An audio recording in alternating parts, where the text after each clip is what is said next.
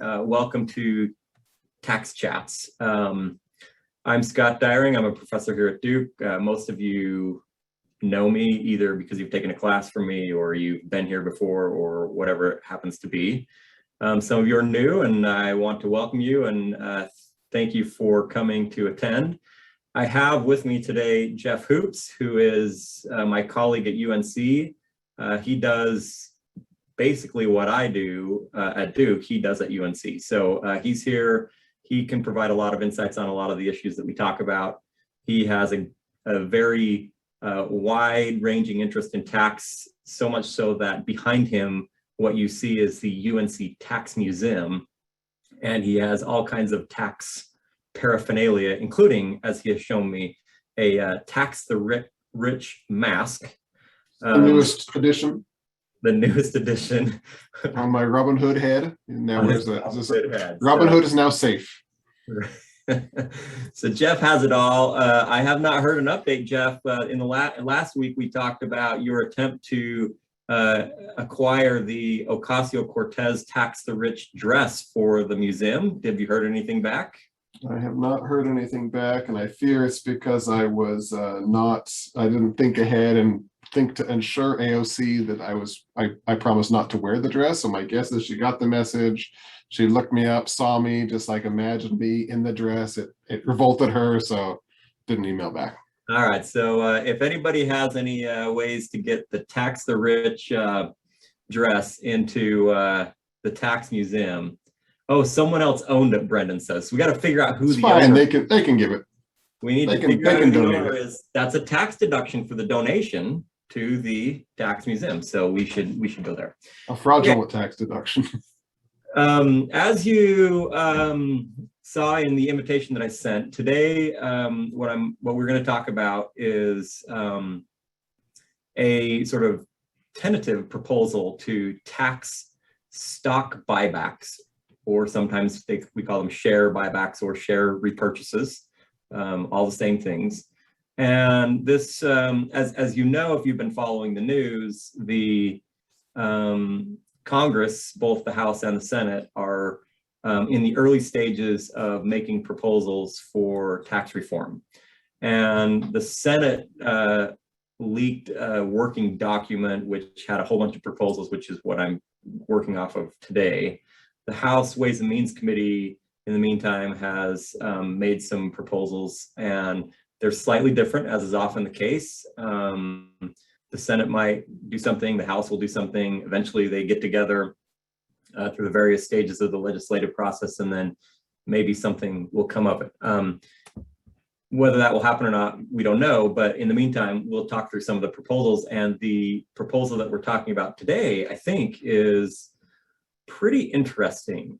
This idea of taxing share repurchases or stock buybacks. So what I want to do before we dive into what the tax is just make sure we all understand what exactly is happening with a buyback and how it compares to, say, for example, a dividend. And so what I'm going to do is I'm going to share my screen.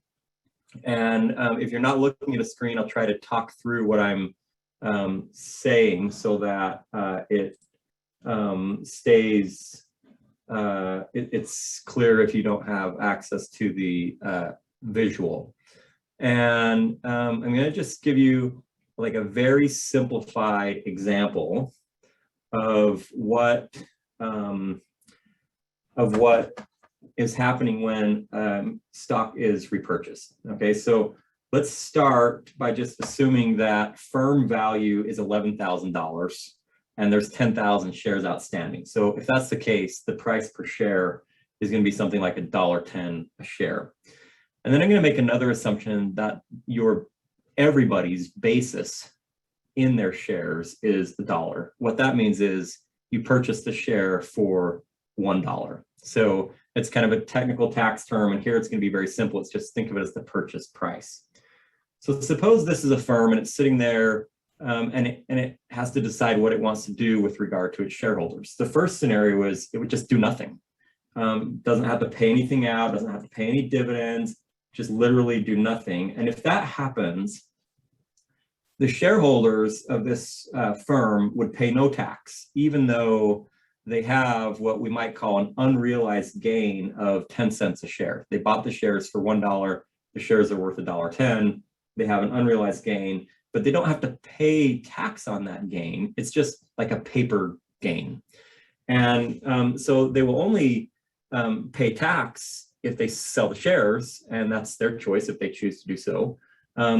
But it's possible, it turns out, to never pay the tax if one holds those shares until they die, and then the heirs who inherit the shares can, what they call, step up the basis to whatever the fair market value is, and the tax is avoided forever.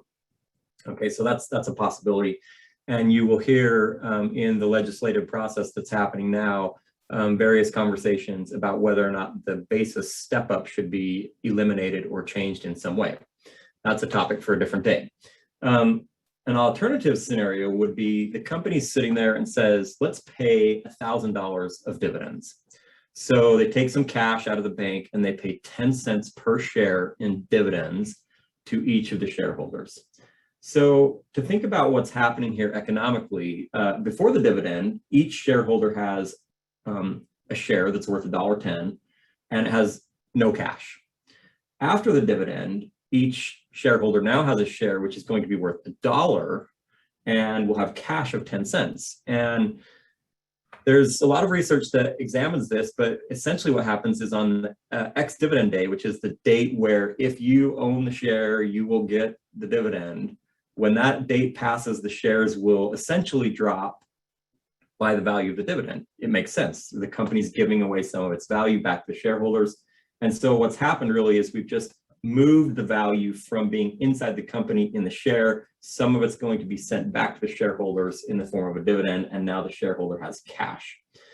The shareholders who receive the dividend, and in this case, all of the shareholders will receive a dividend of 10 cents, will pay tax on the dividend income. And the current tax rate on dividend income is 0% if you don't make very much money. It could be 15%, it could be 20%, or it could be a little bit higher than that, because there's a 3.9% surtax that was passed as part of the, in the Obama administration. And that surtax, depending on your income level, can say increase your dividend tax rate to as much as 23.9%, so about 24%.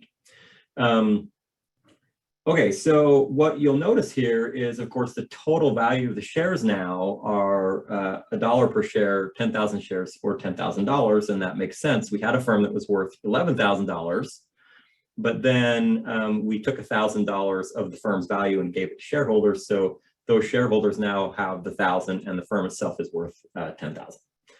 Okay, scenario number 3 then is let's repurchase $1,000 worth of shares, which at a share price of $1.10 a share is going to be something like 909 shares, okay? So before the repurchase, all of the shareholders have shares worth $1.10 and no cash. And after the repurchase, it gets a little more complicated than the case with dividends. What happens is the shareholders who choose to sell their shares back to the company, which is purchasing the shares, that would be 909 shares worth, those shareholders will have to pay tax on the capital gains that they incur when they sell their shares. So those capital gains will be 10 cents a share because I have assumed that every shareholder purchased their share for $1. And that capital gain will be taxed at 0, 15, 20%, depending on your income level, plus that surtax that we mentioned before. The other shareholders, those that do not sell the shares, the 9,091 shares that were not sold, they don't pay tax. Once again, as in the very first scenario we examined, they will have unrealized gain of 10 cents a share, but they would only have to pay the tax when the shares are sold. And of course, if they hold till death, then there's this step up in basis and they may never pay tax. Okay, so if a firm then wants to return cash to investors, it's going to turn out that repatriating, let me just move this a little bit so we can see a little better. It's going to turn out that repurchasing shares will result in a lower overall tax bill under typical scenario than would paying dividends. So you can just see here, if you use scenario number 2, the total amount of taxes that the shareholders would pay works out to be about $200. And if you're in scenario number 3, it works out to be about $18. So it's sort of tax advantageous for companies to return cash to shareholders by repurchasing shares instead of paying dividends. And it's not very hard to show sort of mathematically how this works. You can kind of, if you ever took my class, you know that we spent maybe too much time writing formulas like this, but if you invest in a corporation, the corporation earns a return and then returns that return to shareholders. On the left is the formula that your return would be if you get dividend payments, and on the right, if you hold the shares and then pay a capital gain at the end. And the one on the right is higher than the one on the left, okay? So if you're a math guru, you might want to play around with that and take a look at it.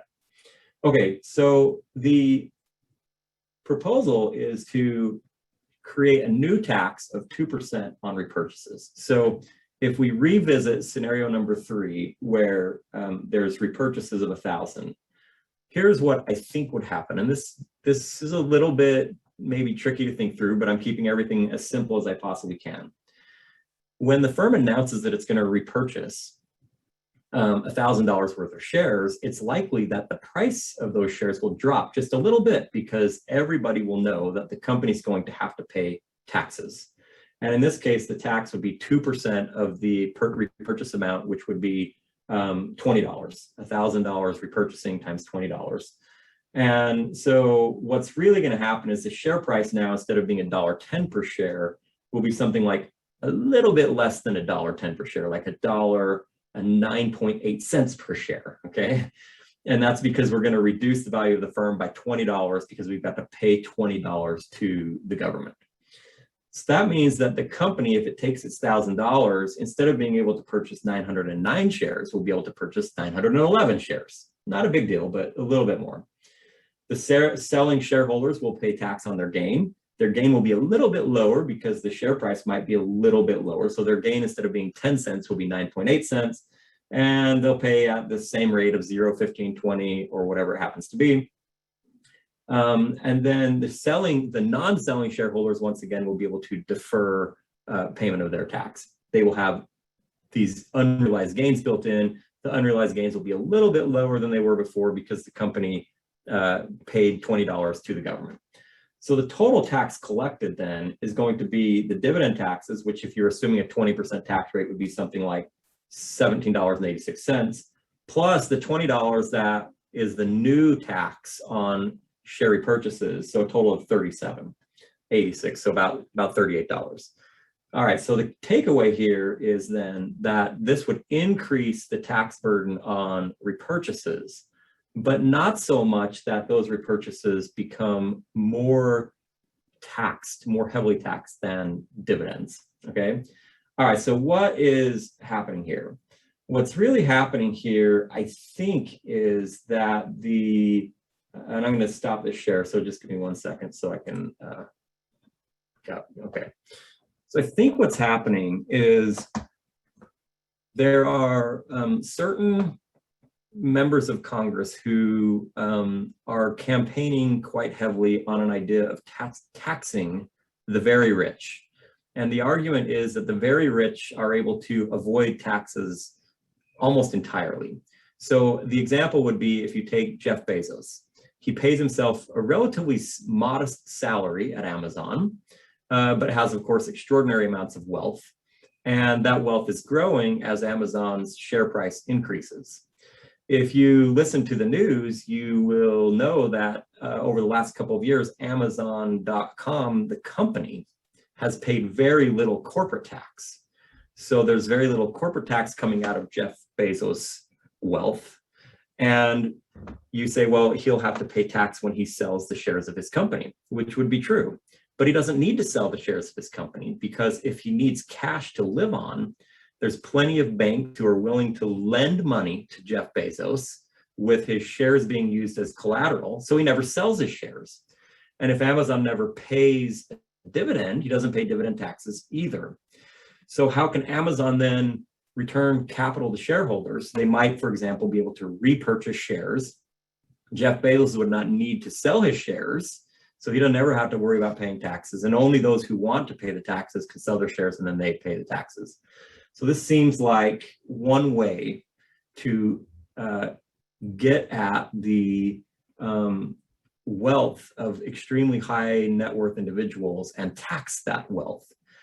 Even though the tax here would be modest, it'd just simply be a 2% tax on repurchases. So it would raise some revenue, and it would impose a little bit of tax on a very wealthy individual like Jeff Bezos, but it would probably not make dividends and repurchases equal in terms of their taxation.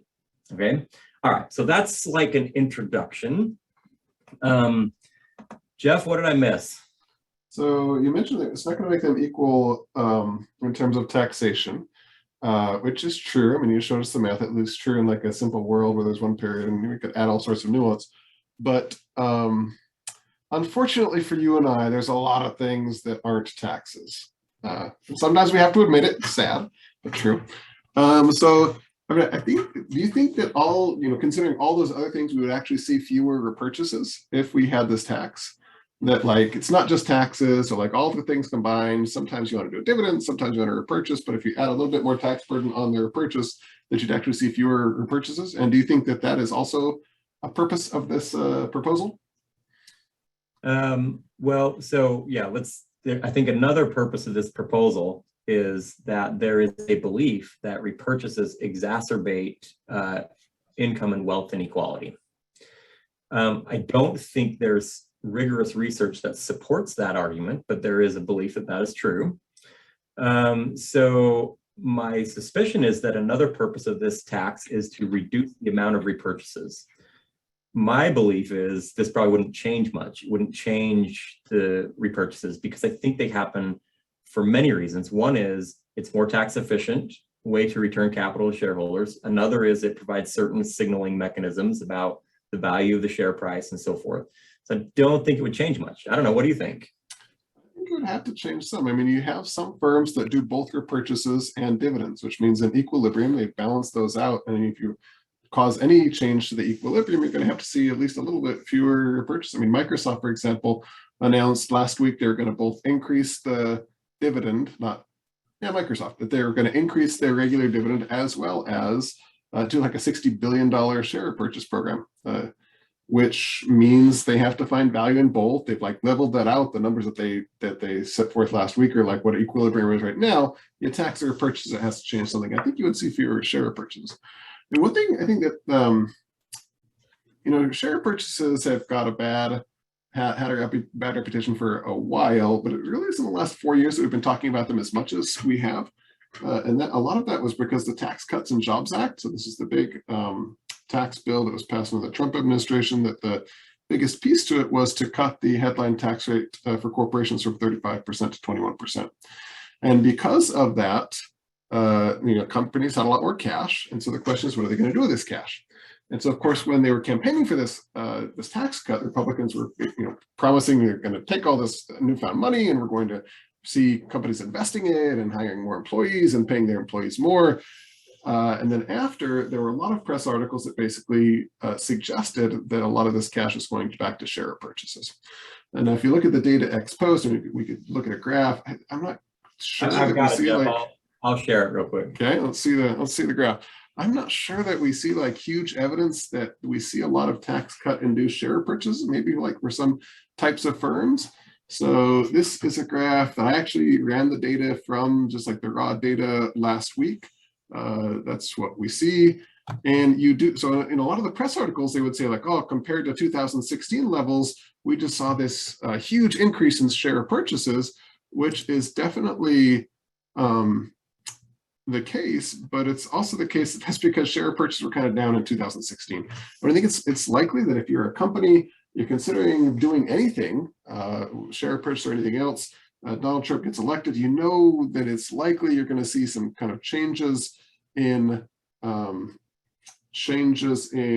going to happen to the corporate tax system. You're probably just going to like hold off And so if you run a regression, for example, fitting a line between 2010 and 2020, what you saw because of tax reform is pretty much just a continuation of that same trend.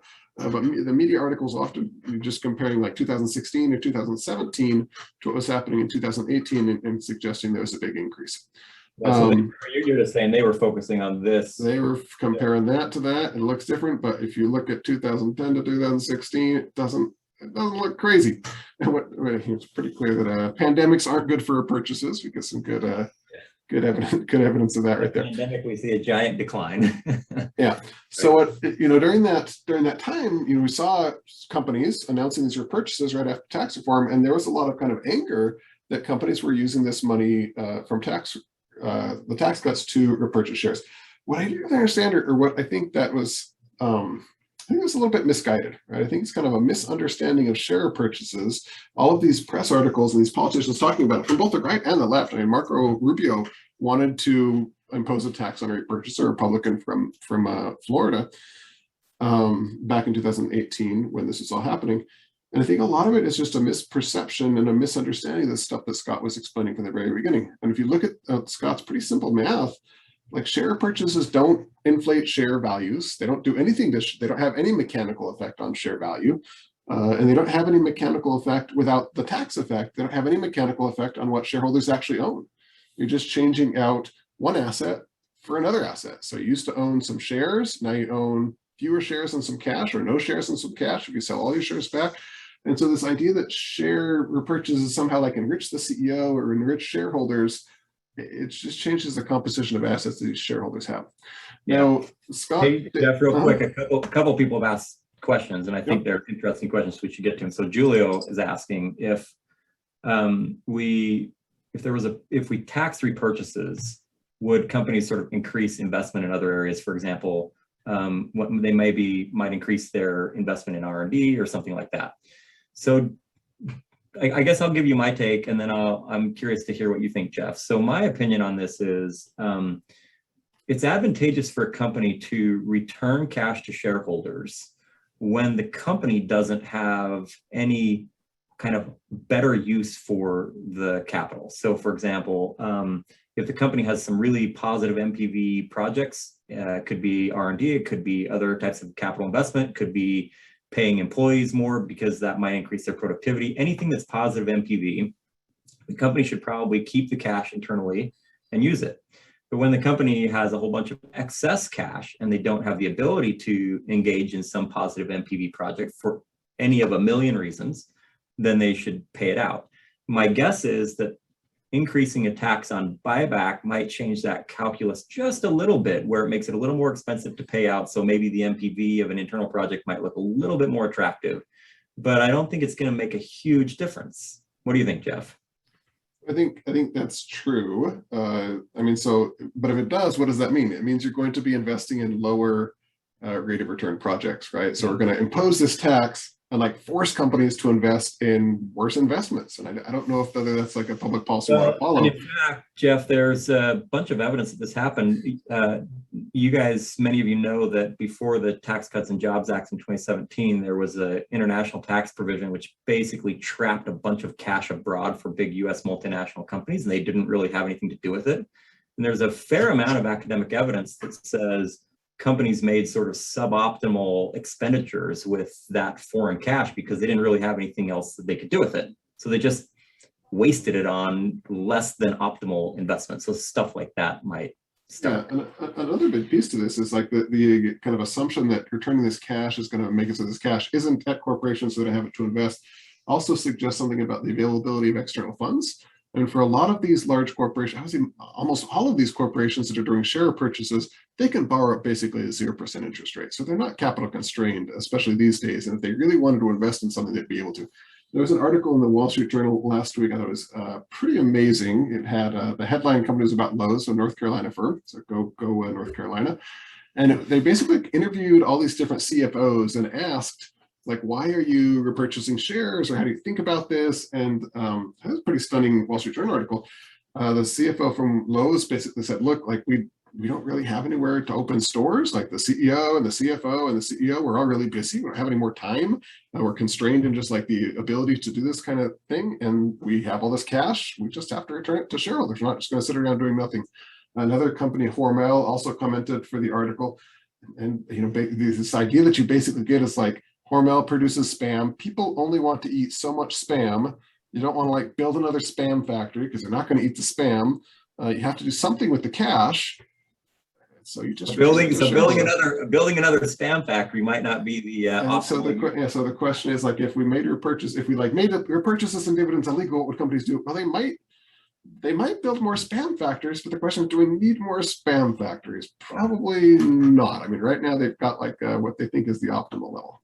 So this sort of gets at kind of another important economic issue, which is when dividends are paid or repurchases are made, those funds then are redeployed or can be redeployed to the most efficient use of that capital. So if there's not an efficient use inside of a company, say, for example, we don't need more spam factories in the world. When Hormel pays out a dividend or repurchases a bunch of shares, a bunch of shareholders now have cash. They're unlikely to put that cash under the mattress, and instead they might spend the cash, or more likely they might reinvest the cash, and they will choose the companies that need capital for highly productive investments. And so there is sort of that economic benefit. Laura has asked if the value, I think she's referring to the repurchases, the graph we showed, if the value is conflated with the rise of the stock market at the same time. My suspicion, and Jeff, you probably know this better than I do, is that it's probably true as share prices increase and the economy is doing well and companies are generating more cash, they repurchase more. And as the overall value of companies rises, the overall value of repurchases will also rise. So there's probably like an inherent time trend in this data. I think what people are probably interested in is unusual spikes in the data. And I think what Jeff was sort of alluding to is if you look over a long enough time period, there aren't really any really unusual spikes in the data. And then, I mean, an important thing to remember with share purchases, they announced this plan. Microsoft announced a $60 billion plan, but that's just like an authorization. It's still the CFO or the treasurer or somebody in the company that actually gets to pull the trigger on like a daily basis. We're going to repurchase this number of shares. Yeah. And they optimally would not do it when share prices are high. And so you have these competing things. You're going to do it when the economy is going well because you got a lot of cash. But on the other hand, like if they think their company's overvalued, they're probably not going to be buying shares. Yeah. Okay. One more question. Kevin's asking whether this tax will affect like the expected returns for stocks.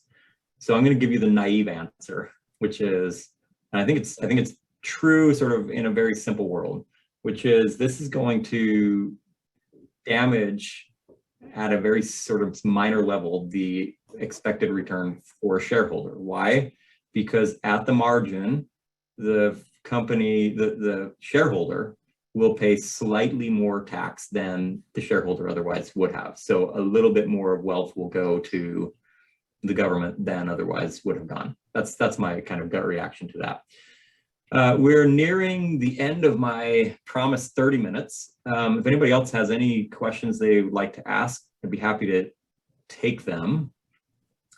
If not, which I'm not seeing anybody rushing to raise their hand, what I would like to do is let you know that we will once again engage in tax chats next week. There's so much stuff in the legislative proposals.